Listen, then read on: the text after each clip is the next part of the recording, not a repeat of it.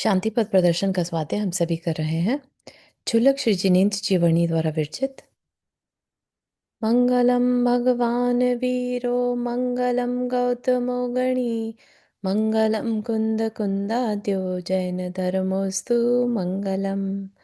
नमो अरिहंताणम नमो सेताणम नमो आयिर्याणम नमो उवज्जायाणम नमो लोए सवसाहुणम।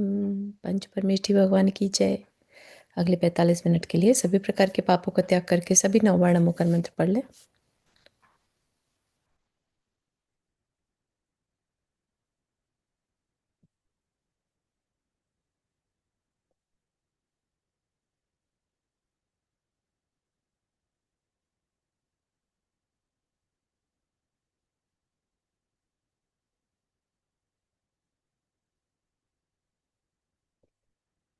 तो हमारी यहाँ पर जो चर्चा चल रही है वो है कि हमें ये बात समझ में आ गई हम कौन है, लेकिन अपने को कैसे पाएं या हमारा व्यवहार कैसा होना चाहिए। हम हैं गृहस्थ हैं, हम अभी साधु बनने की सिचुएशन में नहीं है, है ना। या कह लीजिए कि उतनी कषाय का अभी उदय चल रहा है जो हमें व्रत ना लेने दे। तो हम ऐसे में क्या करें, तो एक गृहस्थ के रूप में हमारा क्या कर्तव्य है, क्या करना चाहिए। ठीक है, तो हमें कहा गया कि षड आवश्यक करने चाहिए गृहस्थ को, सदगृहस्थ को। तो सबसे पहला आ जाता है उसमें देव पूजा। ठीक है, तो देव पूजा जो करनी चाहिए, इतना उस पर स्ट्रेस दिया गया है, वो क्यों करनी चाहिए। तो वही चीज़ का आंसर ढूंढ रहे हैं, है ना। सामने से बहुत सारे क्वेश्चन रेज हो सकते हैं। पहले तो बहुत देर समय लगाकर बताया कि आदर्श देव कौन है, फिर आदर्श पूजा क्या है। ठीक है, अब इतने सब होने के बाद भी क्वेश्चन रेज हो सकते हैं। तो उनके लिए कह रहे हैं कि देव पूजा की अगर बात चले तो बहुत सारे क्वेश्चन रेज हो सकते हैं। ठीक, तो यहाँ पर क्या प्रश्न आ रहा है कि देव कौन है, पूजा क्या है, भाई पूजा ही क्यों करें, है ना। अष्टद्रव्य से ले जाकर पूजा क्यों करें, पूजा में ईश्वर कर्तावाद क्यों, यानी कि ईश्वर हमें शांति दे दे, हमारा कल्याण कर दे, है ना, हमें मोक्ष प्रदान कर दे, ऐसा क्यों। प्रतिमा की आवश्यकता क्यों, जब हमारी शांति हमारे अंदर है तो फिर प्रतिमा की आवश्यकता क्यों। पत्थर से टक्कर मारने से क्या लाभ होगा, जड़ प्रतिमा के प्रति भक्ति कैसी, पंच कल्याणक प्रतिष्ठा विधान क्यों, जो स्वयं अपनी रक्षा को समर्थ नहीं वह प्रतिमा किसी को क्या दे सकती है और कैसे दे सकती है। मंदिर की आवश्यकता क्या, मंदिर बनाने की क्या आवश्यकता है, मंदिर में कैसे आना चाहिए और वहां आकर क्या करना चाहिए। इन सारे प्रश्नों के एक एक करके आंसर किए जा रहे हैं। ठीक है, तो देव विषय की देव कौन, देव कौन तो काफ़ी डिटेल में आदर्श देव में उसको बताया जा चुका है। यहाँ पे उसको समराइज कर रहे हैं। ठीक है, तो कह रहे हैं, बहुत बड़ी बात कह रहे हैं यहाँ पर, वास्तव में देव के संबंध में कोई निश्चित नियम नहीं बनाया जा सकता कि अमुक ही देव है, क्योंकि देव नाम क्या है, आदर्श का है। ठीक है, आदर्श देव कोई नहीं होता, हम अपने आदर्श खुद बनाते हैं। कोई पर्सन हमारे लिए आदर्श हो सकता है, जैसे किसी को अगर डॉक्टर बनना हो तो कोई बड़ा सर्जन उसके लिए आदर्श हो सकता है, किसी को एक्टर बनना है तो एक बहुत बड़ा एक्टर उसके लिए आदर्श हो सकता है। ठीक है, तो प्रॉब्लम यहीं पर आती है कि आज के भागा दौड़ी की जिंदगी में हमें अपने आदर्श कौन है ये हमें याद नहीं रहता।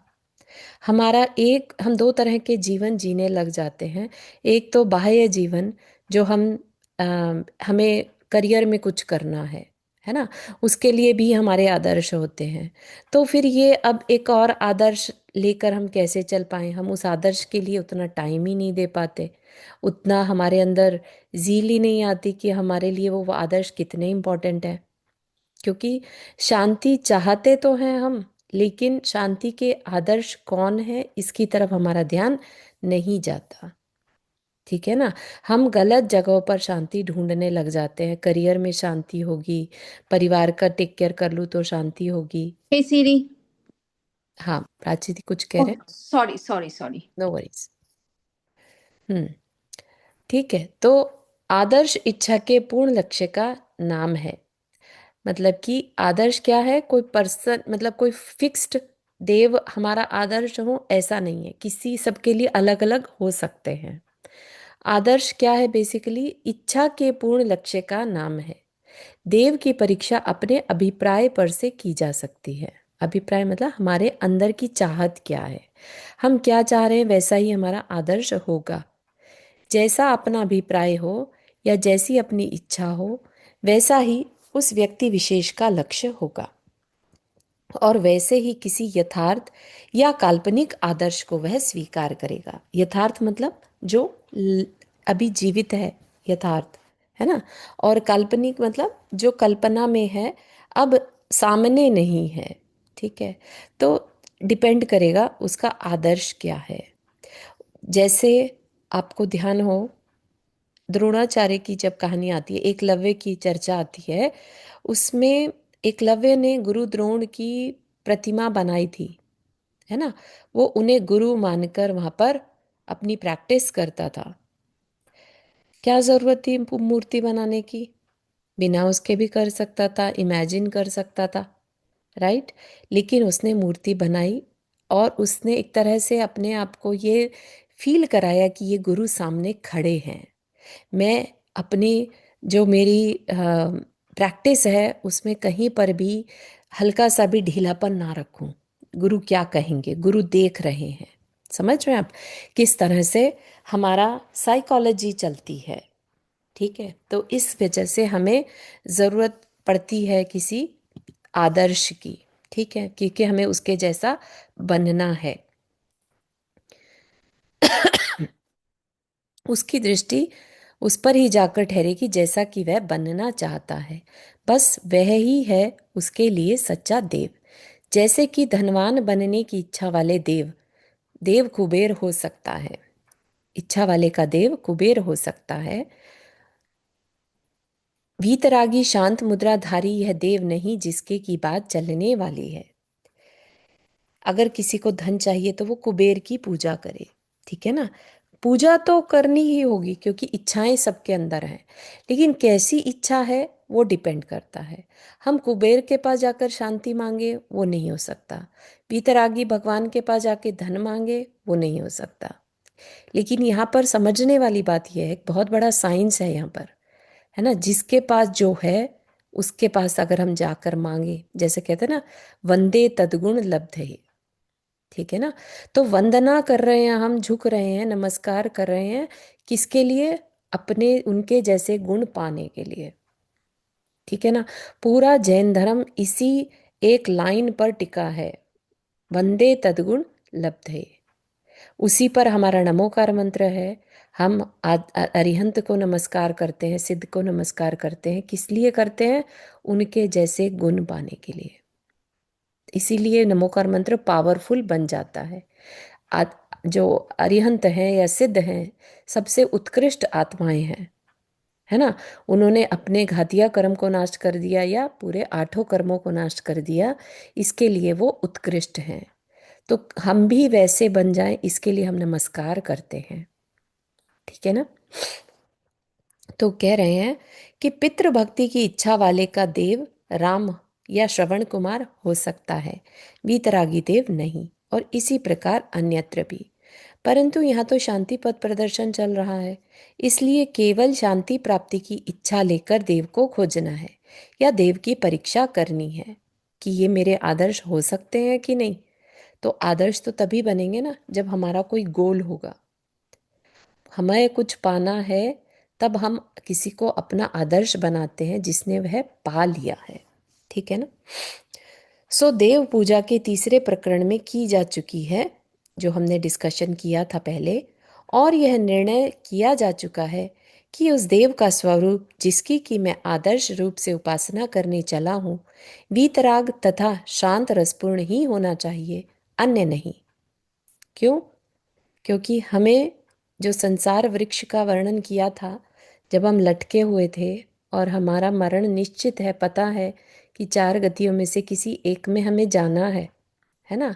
तो हमने ये रियलाइज किया कि संसार तो इसी तरह से दुखदाई है। तो हमें क्या चाहिए, हमें तो पूर्ण शांति चाहिए अब, और संसार के दुख नहीं चाहिए। तो ये सब बातें हमने क्यों की थी, ताकि हम अपने गोल को क्लियर कर सकें। ठीक है, हमें क्या चाहिए।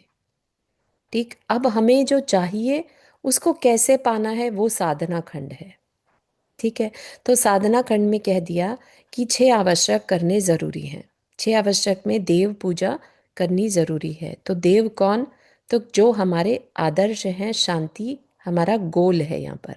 तो अपने आप डिसाइड कर लो क्या है आपका, आपका आदर्श, है ना। तो चॉइस दे दी पूरी तरह से, बिल्कुल हाथ पकड़कर, ऐसा नहीं कि जबरदस्ती कि नहीं आपको तो इसी को मानना होगा। ठीक है ना।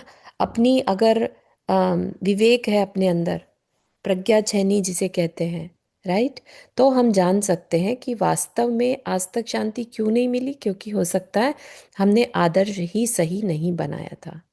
हम जाते थे मंदिर क्योंकि हमें हमारे परिवार वाले जा रहे हैं, है ना, हम इसलिए जा रहे थे। या और कुछ करने को नहीं है, चलो वहां जाकर थोड़ा सोशलाइज कर लेंगे, इसलिए जा रहे थे, पता ही नहीं था कि क्यों जाना है। ठीक है ना। तो इतना सारा लॉजिकल आंसर्स के बाद हमारे अंदर चेंज ना आए, ऐसा भी नहीं हो सकता।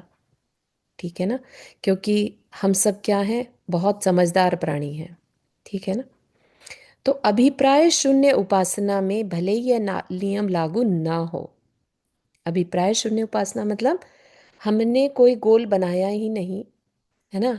हमारे परिवार से सब लोग करते आ रहे हैं एजिस से, ईयर्स ओवर ईयर्स, इसलिए हम भी कर रहे थे। वो था एक थाली से दूसरी थाली में द्रव चढ़ा रहे थे, तो हम भी चढ़ा रहे थे, है ना। वो ये पूजाएं पढ़ रहे थे, तो हम भी वो पूजा पढ़ रहे थे। अगर इस तरह का हमारा भाव है, अभिप्राय शून्य, तो फिर ये नियम लागू नहीं होगा। कौन सा नियम, आदर्श देव का। ठीक है ना। लेकिन यहाँ पर क्योंकि सच्ची पूजा या उपासना की बात चलेगी, तो अभिप्राय सापेक्ष होने के कारण यह नियम आवश्यक है। तो यहाँ पर कंटिन्यूअसली हमारा स्टार्टिंग से ही बात क्या चल रही थी, सच्ची शांति की, है ना। आपको ध्यान, उस स्टार्टिंग से ही सच्ची शांति कहते किसे हैं, पहले उसकी पहचान कराई थी, और फिर वो कहाँ मिलेगी, है ना। तो वहां से करते हुए, तो ये जरूरी है कि हम एक आदर्श देव को सामने रखें। ठीक, अब कह रहे हैं फिर आदर्श देव चलो मान लिया, पूजा करनी क्या जरूरी है। ठीक है ना, जाकर हम खाली दर्शन करके आ सकते हैं, पूजा क्यों करना।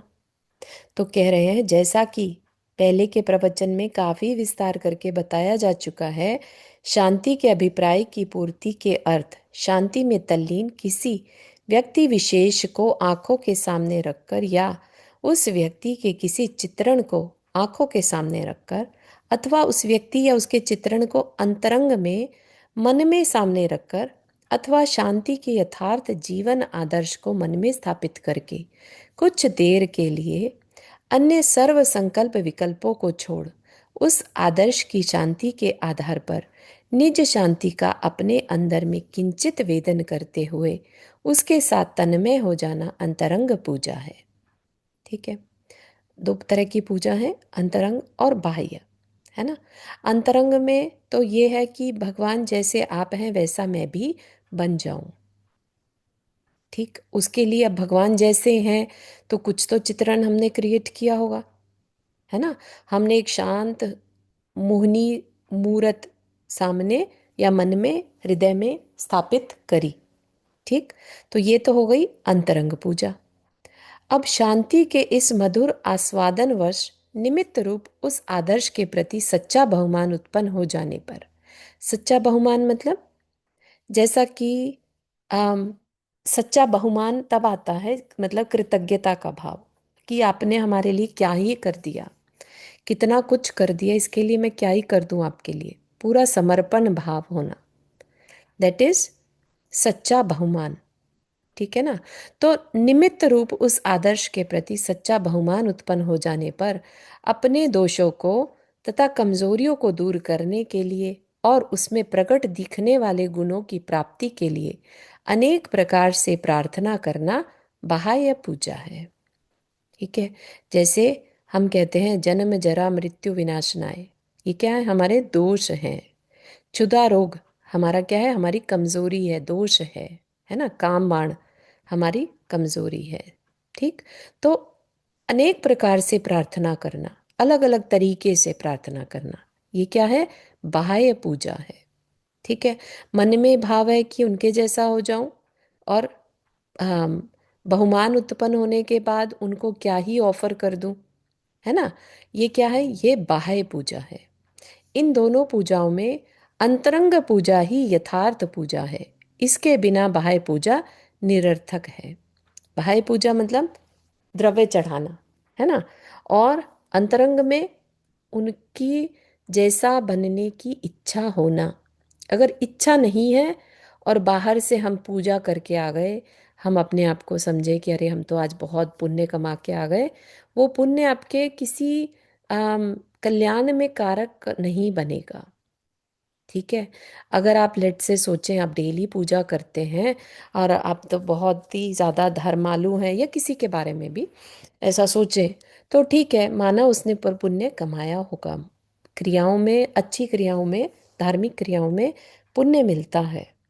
लेकिन इतना पुण्य मिलेगा, वो बस इतना कि वो देव तो बन जाएगा क्योंकि उसने पुण्य कमाया है। लेकिन कैसा देव? मिथ्या दृष्टि देव। जब तक कि अंतरंग में उस देव की वैल्यू ना हो, आदर्श देव की वैल्यू ना हो, तब तक वो बाह्य पूजा हमारा कल्याण नहीं कर पाएगी। अच्छा, देव बन गए तो क्या होगा? देव बन गए, मिथ्या मिथ्या दृष्टि है, हमें समझ में नहीं आएगा अब हम किसकी पूजा करें, कैसे करें, क्योंकि तब तो संयम भी नहीं ले सकते, वहाँ तो भोग ही भोगने पड़ते हैं। राइट। तो क्या होता है, जब वो भोग छूटते हैं तो दुख होने लगता है, क्योंकि शरीर की तकलीफ सहन नहीं होगी। इतने समय से हम देव बने हुए हैं, एक जरा सी भी शरीर की तकलीफ नहीं आई। अरे, कुछ ऐसा बन जाते हैं जहाँ सबसे कम तकलीफ फील हो, और एक इंद्रिय बनने का मन बना लेते हैं। समझिए, सोचिए, कितना बड़ा अपने को जैन कुल मिला था, है ना? अपन पूजा करने लायक भी थे, सब द्रव्य से सब कुछ पूजा करने का सौभाग्य भी मिल गया। लेकिन पुरुषार्थ में कमी रह गई, आदर्श जो अभिप्राय है वो क्लियर नहीं किया। आदर्श जैसा मैं भी बन जाऊं, ऐसे भाव अंदर में नहीं आए, तो हमारी सारी पूजा करना भी कोई बहुत बड़ा अचीवमेंट नहीं है। ठीक है ना? अब नेक्स्ट क्वेश्चन। यहाँ तक के प्रश्न समझ में आ रहा है? आंसर समझ में आ रहा है? हम्म। अब यहाँ प्रश्न हो सकता है कि जब अंतरंग पूजा अर्थात शांति का वेदन ही प्रधान है, तो बाह्य पूजा की आवश्यकता क्यों? है ना? थोड़ा सा तो आंसर अभी कर दिया। वास्तव में उसकी कोई आवश्यकता न होती यदि प्रथम भूमिका में ही मैं स्वतंत्र रूप से शांति का वेदन करके उसमें स्थिति पाने की योग्य हो सकता होता। ठीक है, कि भाई अपने को तो पहचान लिया मैंने, अब मैं शांति के साथ सामायिक कर पाता हूँ। अब मेरा बहुत मन लगता है अपने आप के बारे में ही सोचने का, है ना?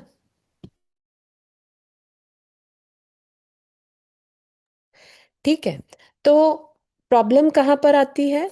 जब स्वतंत्र रूप से शांति का वेदन करके हम उसमें स्थित नहीं हो पाते। ठीक है। तो शांति से बिल्कुल अनभिज्ञ मैंने न कभी शांति को देखा, न सुना, न अनुभव किया। ठीक है ना? हमने अभी तक क्या किया? अभी तक हमने, ठीक है, अपने को पहचान तो लिया, लेकिन फिर भी शांति को चखा नहीं है। ठीक है। तो कह रहे हैं कि ऐसी दशा में सोचिए कि शांति में स्थिति पाकर अंतरंग पूजा करनी संभव कैसे हो सकती है। अंदर ही अंदर हम अपने को भी देख पा रहे हैं, और अपने उस स्वरूप को भी देख पा रहे हैं, है ना? और उसी को कह रहे हैं कि मुझे तुम्हारे जैसा बनना है। तो ये पॉसिबल नहीं हो पाता हमसे।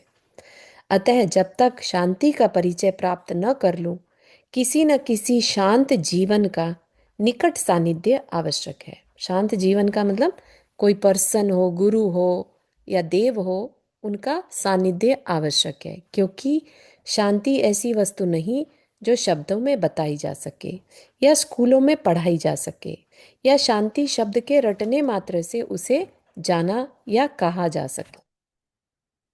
यह तो कोई आंतरिक सूक्ष्म स्वाद का नाम है जो वेदन किया जा सकता है तथा किसी के जीवन पर से अनुमान लगाकर किंचित जाना जा सकता है, जैसा कि आगे दृष्टांत पर से स्पष्ट हो जाएगा। एक कहानी आगे बताई जाएगी कि शांति को हम कैसे वेदन कर सकते हैं। ठीक है। इतना ही नहीं बल्कि शांति का परिचय प्राप्त कर लेने पर भी मैं निरंतर उसमें स्थित रह सकूं, इतनी शक्ति प्रथम अवस्था में होनी असंभव है। स्थित रह सकूं, है ना। हमारे सामने भगवान की मूर्ति होगी तो हमें फिर भी याद रह सकती है दिन भर कि अच्छा कितनी शांति है उनके पास और मैं कितना विकल्प कर रहा हूँ, या अपना कितना व्याकुल हो रहा हूँ, है ना। तो कुछ होगा तभी हमारे लिए इजी होता है। बहुत सारे उदाहरण अभी आगे दिए जाएंगे कि क्यों इजी होता है।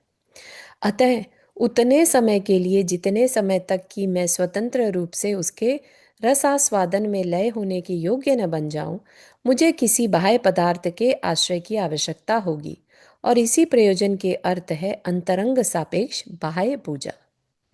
टिक के बैठने के लिए भी हमें बाह्य पूजा की आवश्यकता है, क्योंकि हम भगवान के सामने भी कितनी देर शांत बैठ सकते हैं।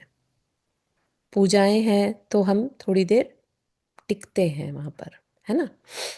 यहाँ इतना अवश्य जान लेना योग्य है कि यद्यपि अगली भूमिका में जाकर इस बाह्य पूजा की कोई आवश्यकता नहीं रहती, परंतु इस गृहस्थ दशा में स्थित मनुष्य के लिए है अत्यंत आवश्यक है। ठीक है ना। साधु लोग को बाह्य पूजा नहीं करनी पड़ती। वो कभी तुमने देखा होगा कि कोई द्रव्य से पूजा नहीं करते, वो अपने मन में ही बस वंदना स्तुति करते हैं भगवान की, दैट्स इट। ठीक है ना। तो ये जो स्थापना वगैरह करने के प्रावधान है, ये सब गृहस्थ के लिए है। बिना किसी बाह्य जीवन का आश्रय लिए इस शांति का परिचय क्यों प्राप्त नहीं हो सकता। शांति तो अपना स्वभाव है, स्वतंत्र रूप से क्यों जानी नहीं जा सकती। उसके जीवन की शांति मुझ में कैसे आ सकती है, और अपनी शांति दिए बिना वह मुझे शांति का स्वाद कैसे चखा सकता है। यानी कि उसके जीवन की शांति, यानी भगवान के जीवन में शांति है ना, वो शांति मुझ में कैसे आ सकती है, और अपनी शांति दिए बिना वह मुझे शांति का स्वाद कैसे चखा सकता है। तो ये अगला आगे क्वेश्चन रेज हो रहा है। ठीक है।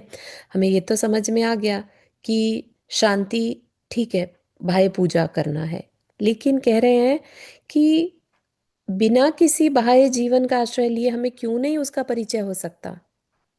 और शांति तो हमारा खुद का स्वभाव है, तो फिर ये स्वतंत्र रूप से क्यों नहीं जानी जा सकती, क्यों किसी का आश्रय लेना पड़ रहा है। ठीक है ना। और फिर कोई पर्सन अपने जीवन की शांति मुझे कैसे दे सकता है, इत्यादि अनेकों प्रश्न इस स्थल पर मुझे आगे चलने से रोक रहे हैं। अच्छा, ले पहले इनका ही स्पष्टीकरण कर देता हूँ। पहले प्रश्न का उत्तर तो पहले दिया जा चुका है। क्या? कि बिना किसी बाह्य जीवन का आश्रय लिए इस शांति का परिचय क्यों प्राप्त नहीं हो सकता। ठीक है। तो कह रहे हैं कि जिसने आज तक उसे न देखा हो न अनुभव किया हो, वह बिना पर के आश्रय से उसे कैसे जान सकता है। ठीक है। जैसे आज तक आपने कभी एक्टिंग करी नहीं, है ना, लेकिन बनना है मुझे एक्टर, तो आपने एक बड़े एक्टर को आदर्श बना लिया। वो क्या करता है, उसके पास क्या क्वालिटीज हैं, है ना, ये सब जाना, तब जाके तो आप अपने अंदर वो गुण को उतार पाएंगे। तो पर का आश्रय तो लेना ही होगा। ठीक है ना। इसीलिए जैसे कि जिस वस्तु का आकार ही मेरे ध्यान में नहीं, उस वस्तु को बनाने का कारखाना मैं कैसे लगा सकता हूँ। उस वस्तु का एक नमूना अपने सामने रखकर भले ही उस जैसी अनेकों वस्तुएं बनाने में मैं सफल हो जाऊं। यह ठीक है कि कारखाना चल जाने के पश्चात उस नमूने की मुझे कोई आवश्यकता नहीं रहती, परंतु प्रारंभ में वह मेरे लिए अत्यंत आवश्यक है। ठीक है ना। बात समझ में आ रही है। बहुत सरल तरीके से बताया जा रहा है यहाँ पर। शायद ही कोई इतने डीपली जाकर बताता होगा। मतलब मैंने बहुत सारे प्रवचन भी सुने हैं, शास्त्र भी पढ़े हैं, लेकिन इतने डिटेल में जाकर, डीपली जाकर, सामने वाले के मन को पढ़कर उसके अंदर उठने वाले सवालों के लिए इतने सरल तरीके से जवाब शायद ही कहीं पर मिलेंगे। राइट? बात समझ में आ रही है?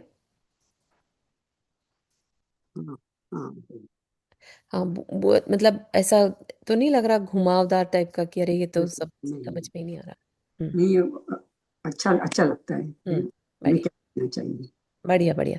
अब सारे प्रश्न अपने अंदर ही क्लियर करना है। ऐसा नहीं कि इसके बाद भी अपने अंदर फिर भी प्रश्न या डाउट छूट जाए। ठीक है ना? ये सब जो है हमारे लिए लिखा है। ठीक। दूसरा प्रश्न है कि स्वतंत्र रूप से क्यों नहीं जानी जा सकती? अगर शांति हमारा स्वभाव है तो हमारे अंदर अपने आप प्रकट हो जानी चाहिए। हमें क्यों किसी का सहारा लेना? ठीक है ना? तो कह रहे हैं इसका निषेध किया किसने?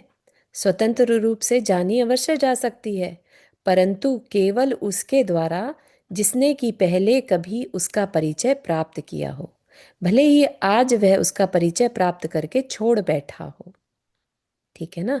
जिसने अ, यहाँ इतनी बात अवश्य है कि अधिक समय तक छोड़े रहने के कारण वह परिचय अत्यंत लुप्त हो सकता है, ऐसा कि प्रयत्न करने के बाद भी याद न आए।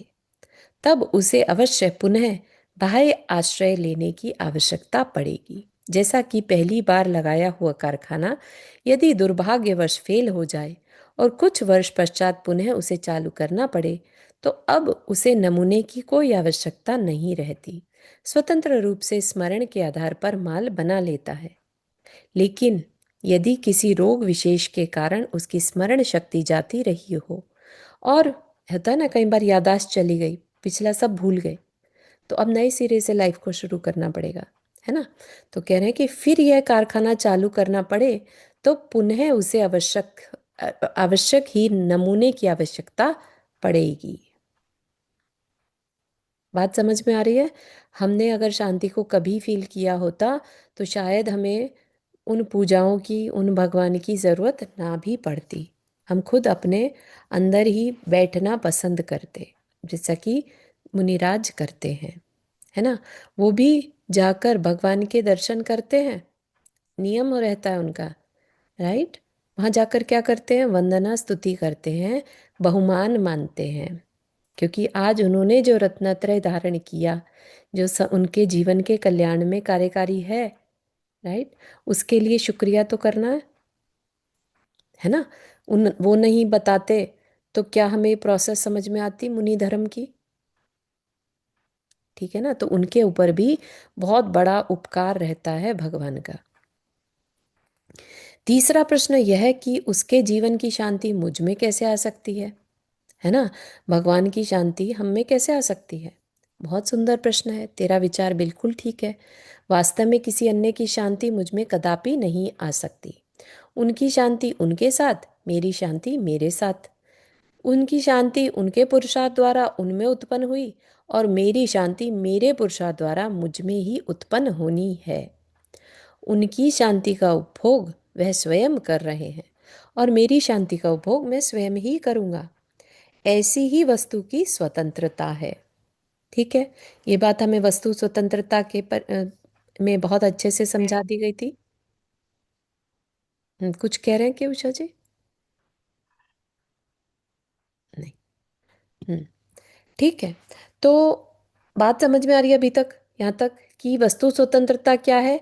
उनकी शांति उनके साथ, मेरी शांति मेरे साथ, उनका पुरुषार्थ उनके साथ, मेरा पुरुषार्थ मेरे साथ। ठीक है? उनका उपभोग उनके साथ, मेरा उपभोग मेरे साथ। इसलिए वह मुझे शांति देने में समर्थ नहीं है।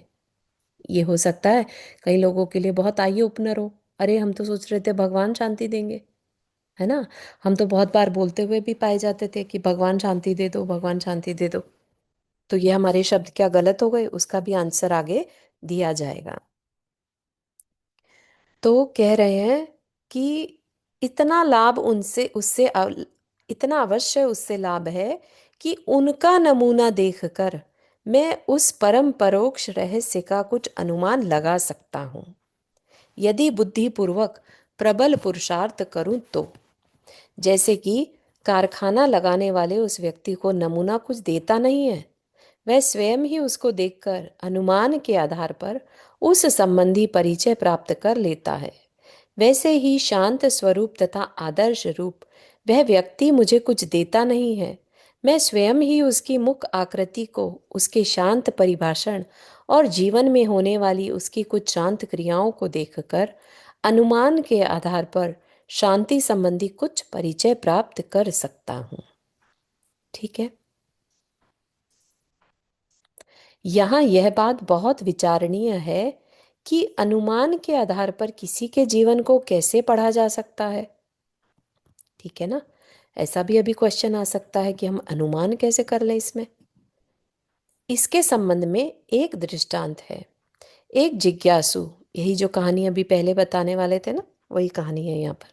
बड़े ध्यान से नोटिस करिएगा। एक जिज्ञासु किसी समय अपने गुरु के पास पहुंचा और बोला, प्रभु कुछ हितकारी उपदेश देकर मेरा कल्याण कीजिए। गुरु बोले, भाई मैं उपदेश तो दे दूं पर उसका लाभ कुछ ना होगा। मैं तो केवल दो चार वाक्य ही कह सकता हूं, परंतु उसका रहस्य तुम कैसे समझ सकोगे। ऐसे उपदेश तुम पहले भी अनेकों बार सुन चुके हो, परंतु सुनने मात्र से कोई प्रयोजन सिद्ध होता नहीं। जाओ नगर के विख्यात सेठ शांति स्वरूप के पास चले जाओ, वहां उनके पास रहकर धैर्यपूर्वक उपदेश सुनना। आज्ञा अनुसार वह सेठ की दुकान पर पहुंच गया, गुरु की आज्ञा कह सुनाई और सेठ के पास दुकान पर रहने लगा। सेठ बड़ा व्यापारी था, प्रतिदिन लाखों का व्यापार, अनेकों मुनीम गुमाश्ते, बही खाते और न मालूम क्या क्या। जिज्ञासु सोचने लगा कि न जाने क्या सोचकर गुरुदेव ने भेजा है यहाँ, क्या उपदेश मिलेगा यहाँ।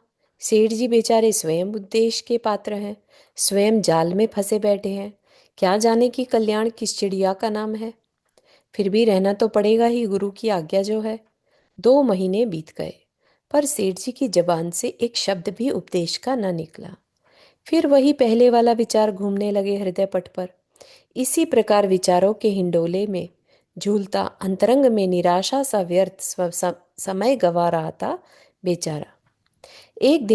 कुछ 1 महीने पश्चात एक मुनीम जी घबराए हुए आए सेठ जी के पास। मुंह से वाक्य निकलते थे बेचारे के। कुछ साहस करके बोले कि 4 करोड़ का माल जहाज से भेजा था, समाचार आया है कि जहाज डूब गया है। 4 करोड़ मतलब उस समय के, यानी 1980-70 में लिखी गई है ये शांति पथ प्रदर्शन, है ना। उस समय के 4 करोड़ आज के 4 अरब के बराबर है। ठीक। 4 करोड़ का माल जहाज से भेजा था, समाचार आया है कि जहाज डूब गया है। सेठ जी अत्यंत शांत रहते हुए ही बोले, तो क्या हुआ, प्रभु की कृपा है, जाओ अपना काम करो। एक छोटा सा वाक्य था, वाक्य से ध्वनित कुछ संतोष था, शांत मुख आकृति और पूर्ववत ही अपने काम में संलग्नता थी, मानो कुछ भी हुआ ही नहीं। जिज्ञासु ने वह सब सुना, वह देखा। 2 महीने पश्चात आज उसे कुछ ऐसा लग रहा था कि कोई उसे बड़ा उपदेश दे रहा है। विचार निमग्न वह सहमा सा बैठा ही रह गया। और 2 महीने बीत गए। एक दिन पुनः एक घटना घटी। मुनीम जी दौड़े आ रहे हैं हाँफते हुए, मानो 2 मील से चले आ रहे हों। मस्तक पर पसीने की बूंदें, आंखों में हर्ष, होठों पर मुस्कुराहट। सेठ जी, बड़े हर्ष का दिन है, भाग्य जग गए। अमुक सौदे में 10 करोड़ का लाभ, अभी तार आया है, यह लीजिए। सेठ जी आज भी शांत थे। बोले, तो क्या हुआ, प्रभु की कृपा है, जाओ अपना काम करो। वही 2 शब्द, वही संतोष, वैसी ही शांत मुखाकृति, वैसी ही पूर्ववत काम में संलग्नता, मानो कुछ हुआ ही नहीं। आज तो जिज्ञासु के आश्चर्य का पारावार न रहा। उसे मिल चुका था वह उपदेश जिसके लिए वह गुरु के पास गया था, साम्यता का आदर्श।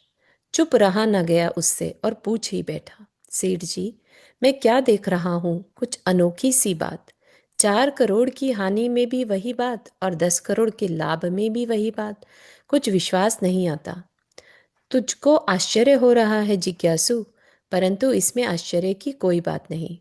मेरी दृष्टि को न पहचान सकना ही इसका कारण है।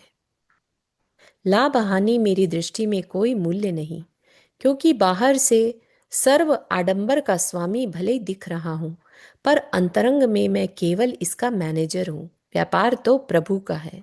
सारे विश्व में उसके व्यापार की अनेकों शाखाएं हैं।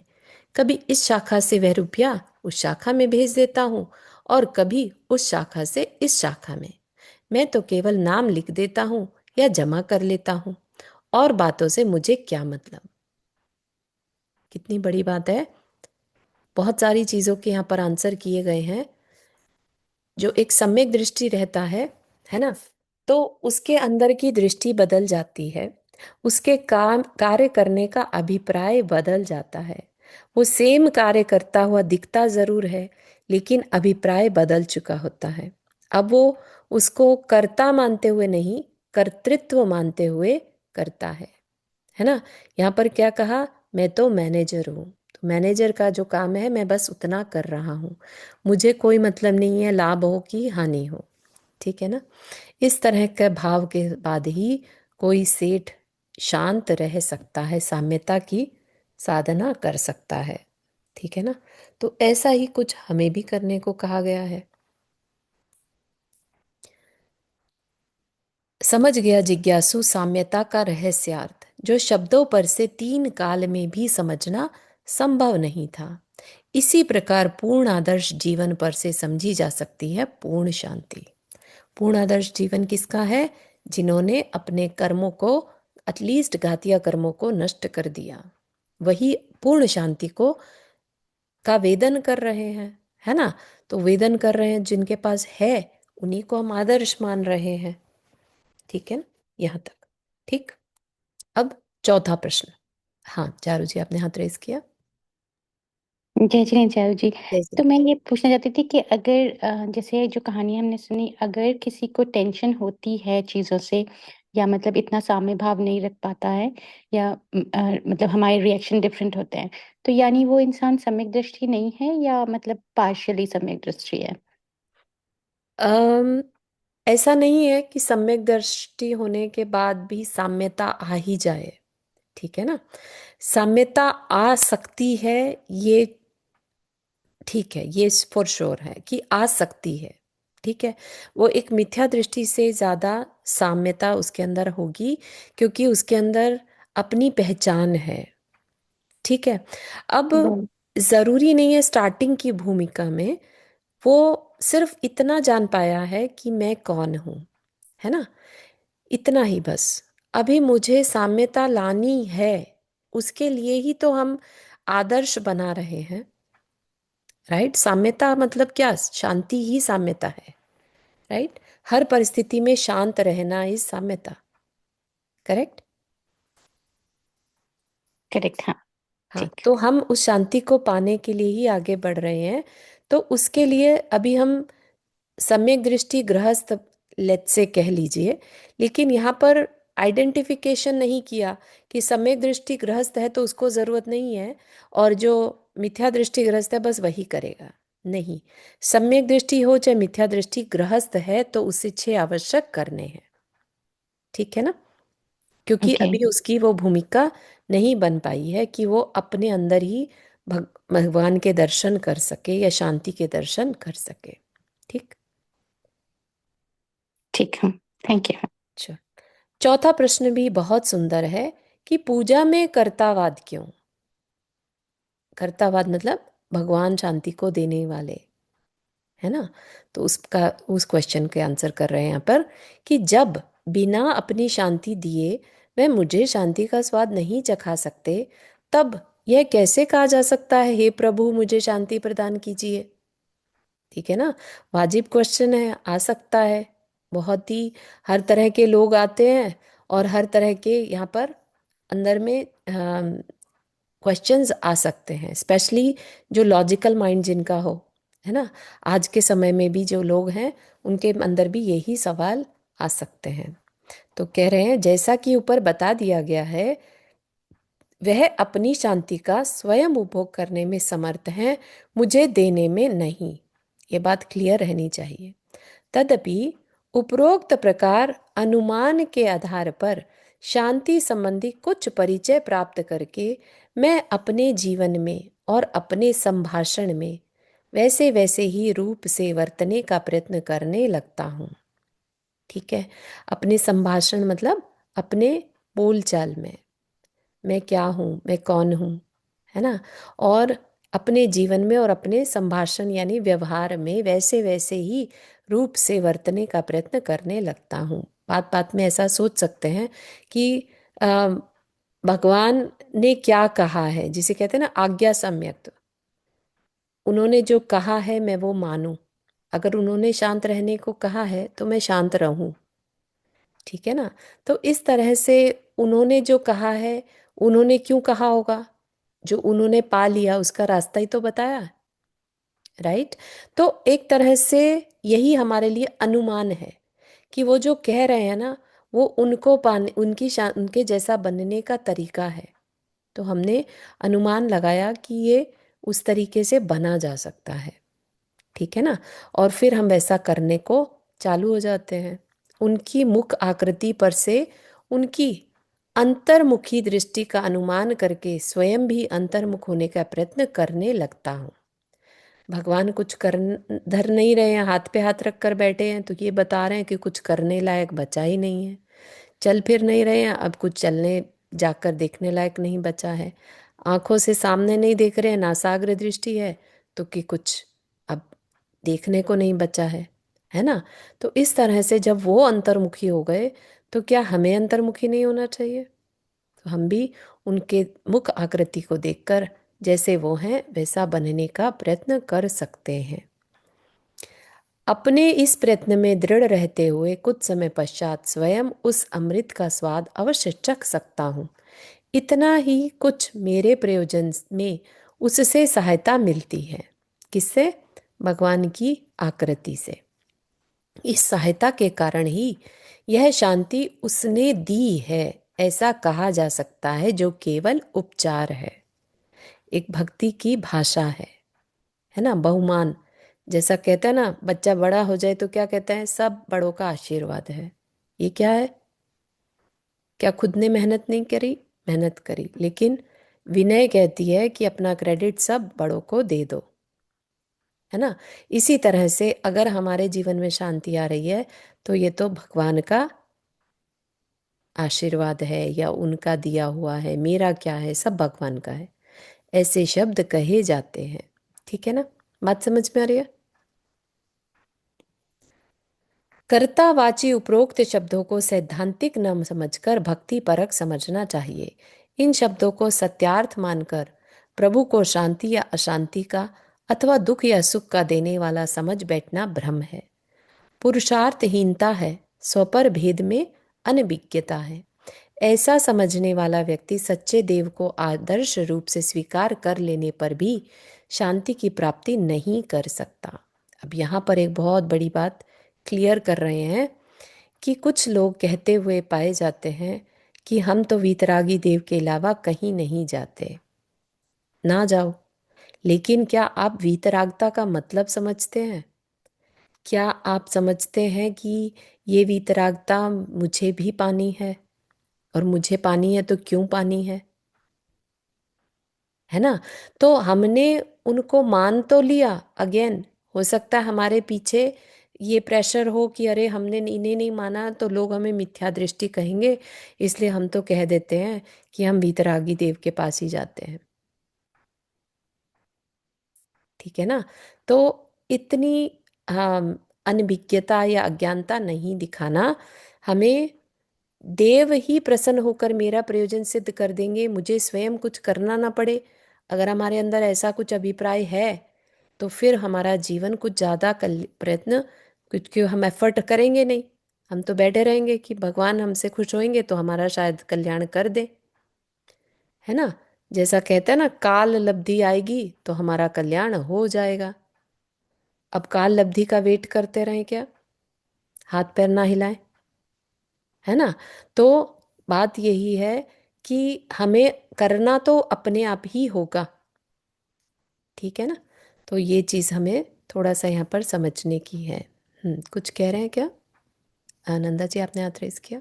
हाँ, ये एक पूछना चाहती थी, ये काल लब्धि आएगी तो हो जाएगा, इसका क्या मतलब? बिल्कुल समझ में नहीं आया ये। हाँ, ऐसा होता है, जो आपको पंचलब्धि बताई थी, राइट, हाँ जो हाँ। सम्यक्त्व का कारण होती है, तो वह भी कहते हैं, शास्त्र में ही है कि वह भी तब होता है जब सुयोग्य सुकाल मिलता है।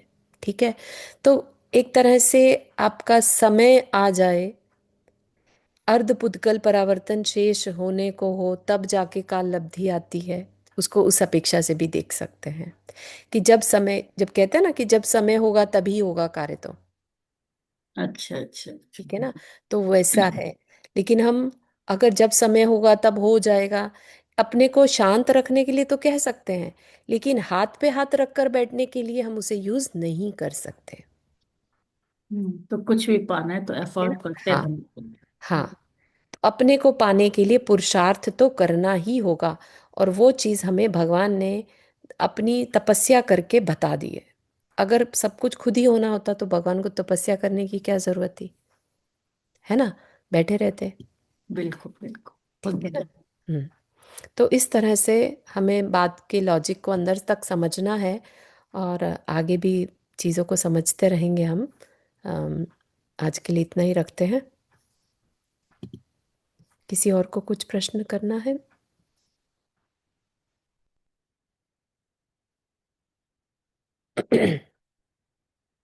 हाँ, चारू जी, आपने हाथ रेस किया।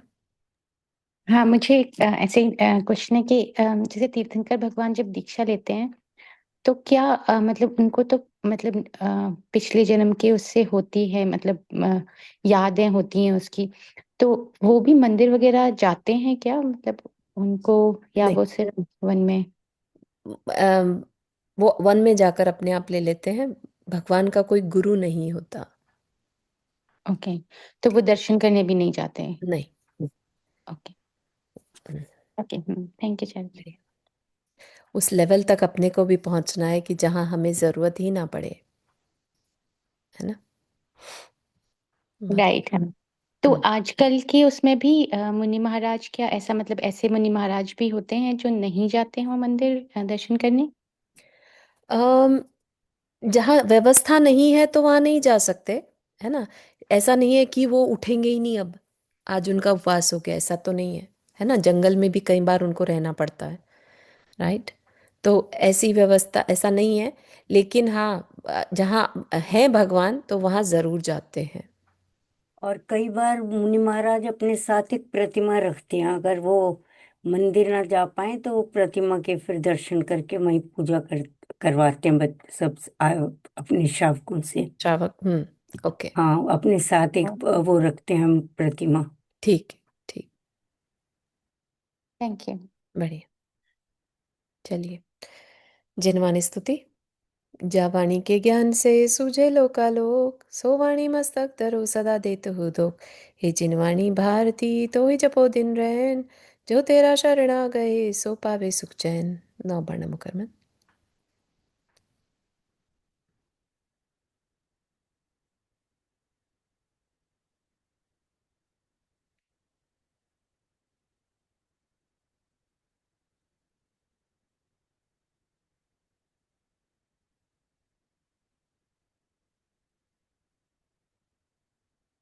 सभी को जय जिनेन्द्र। जय जिन सभी को। जय जिनेन्द्र। जय जिनेन्द्र सभी को। जय जिनेन्द्र।